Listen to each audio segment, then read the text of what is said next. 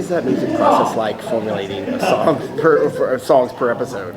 So the process is different depending on the songwriter. Our main team at this point, for Hazbin especially, and Hell of a Boss as well, is the team of Sam Haft and Andrew Enberg.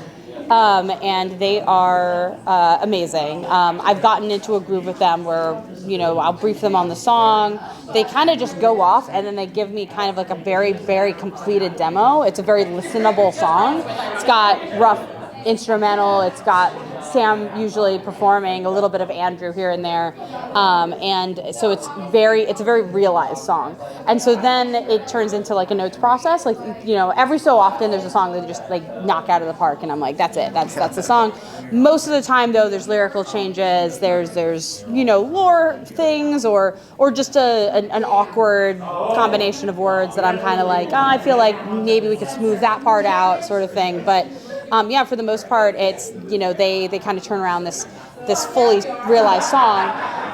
And if it's not quite the vibe, I'll note that. Sometimes I'll note structure. I'm like, can this part build, or can the bridge kind of sound a little different, or things like that. So I'm very hands-on with the process, but obviously they're the ones who actually facilitate it. They're the ones that do the magic of making a song. Like, I don't know the first thing about that. So, they are a great team to work with, and every songwriter is different, but that's usually the process. Is they give a demo in that I listen to and then give notes on. Hi, Vivienne. Hi. Well, you have recently told us about Patrick from Fall Out Boy being the new voice for Hazbin Hotel. Yes. So how did you know that he was the perfect option to play Abel? Well, I think the number one reason was because I was already familiar with him doing voice work. So I knew he was a voice actor. I knew he could do it as far as ability. Because sometimes people are singers but not actors. I feel like he's really good at both. And so that was the first thing. But the other thing was just he's such an iconic voice, and he's such an iconic voice in the world of bands and rock. And so it made sense to go out to someone like him who had animation experience, but also experience being a real life rock star. So I think it's really, really cool. And it's fun because he plays a character I feel so different from his usual style of music and everything. So he's such a innocent, silly little guy character. So I'm very excited for everyone to meet him. Thank you very much. Hello, I'm Russ Mill, helping to direct. Everyone obviously loves the show, but what would Hazbin Hotel look like in a Broadway? Is that even possible? Can that happen one day? I would love for it to happen one day. I definitely have ideas, because Broadway is obviously a very different world, and so there's a practicality side, and then there's also the creative side. But there's so many possibilities, and there's so much interest that I would love to make that happen one day. And I'd be lying if I said there wasn't at least some conversations about it. You have a lot of Broadway actors too, so you're halfway there. Exactly. Yeah. No, there's already so many people I know in this world. So I've learned more about what kind of goes into making a Broadway show, and obviously, but some of the people I've met and talked to are people who've made them happen. So, anything's possible. That'd be exciting. Nancy from Latino Review Media.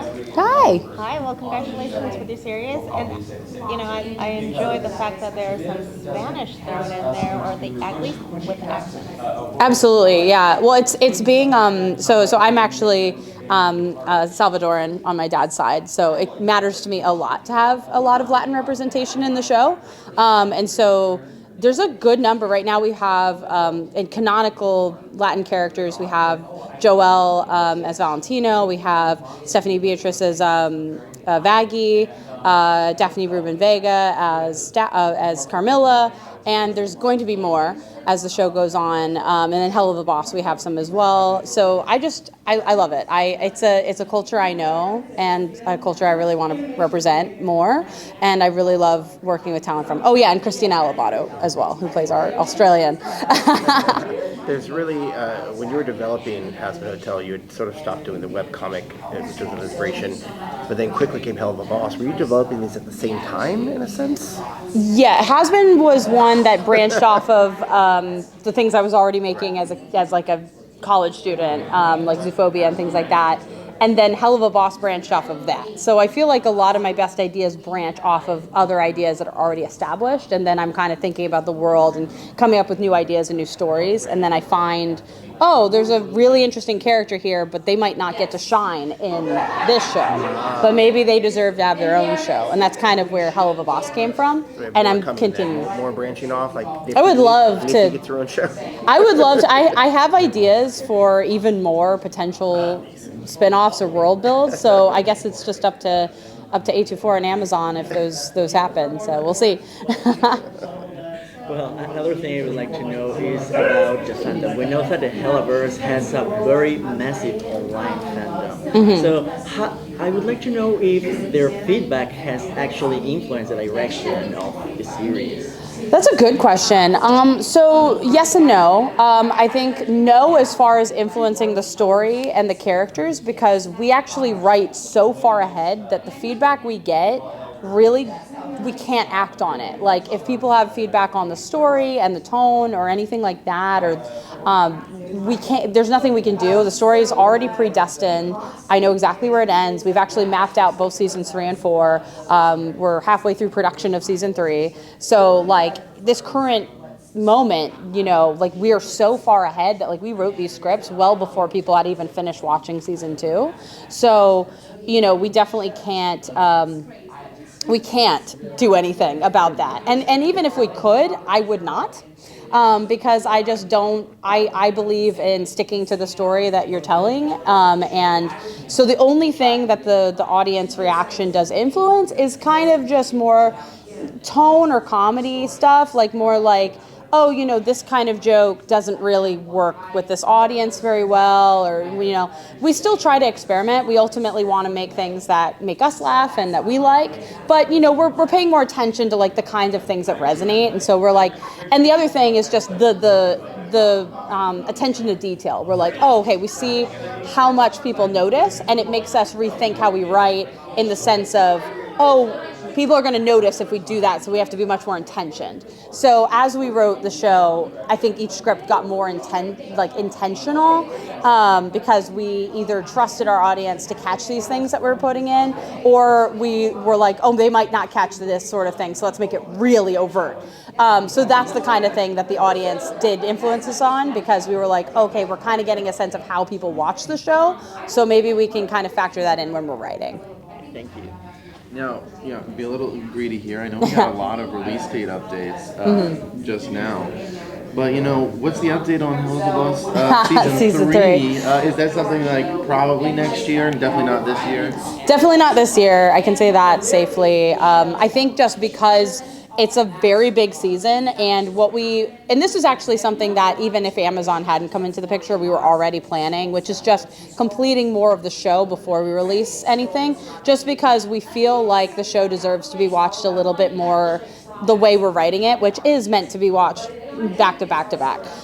Whether or not it'll be released back to back to back, I don't have the answer and I can't say, but I did want us to complete more of the season, if not the whole season, before we get it out. So it's definitely going to be a longer wait than anyone's ever had to have for the show. That said, though, I think it's really going to beat the 3 to 4 months between individual episodes that people were getting before. I feel like having to wait a much longer time, but getting everything much more together is going to ultimately be better for the show and better for the audience. So, but yeah, I can't unfortunately give an update on that, but we are very far into production and it's looking amazing. So I can hype it up. I think we have for one more question. Okay. So what can you say about Lilith for the new season? Ooh. For the new season, I can say that we do a lot of building her up, which is really exciting. But it might be still a minute until we see her, but there is a lot of her coming up in the show, because obviously we've been greenlit through season 4. So all I can say is that she has some big stuff coming down the line. Do you have a musical background yourself? Like, do you sing? Huh? Do you sing yourself? Do I sing? I do, I guess, in a hobby sense. I do for fun. I don't know if I could call myself a professional singer. Can we hear you on it? In the background of some stuff, yeah, here and there. I'm actually one of the cherubs, so you have heard me sing in the show so far. Excellent. Okay. Yeah, I'm the yellow one. I'll have to go back and look. Go ahead. Awesome. Thank so you. much. Thank you, guys. Of course, thank you guys.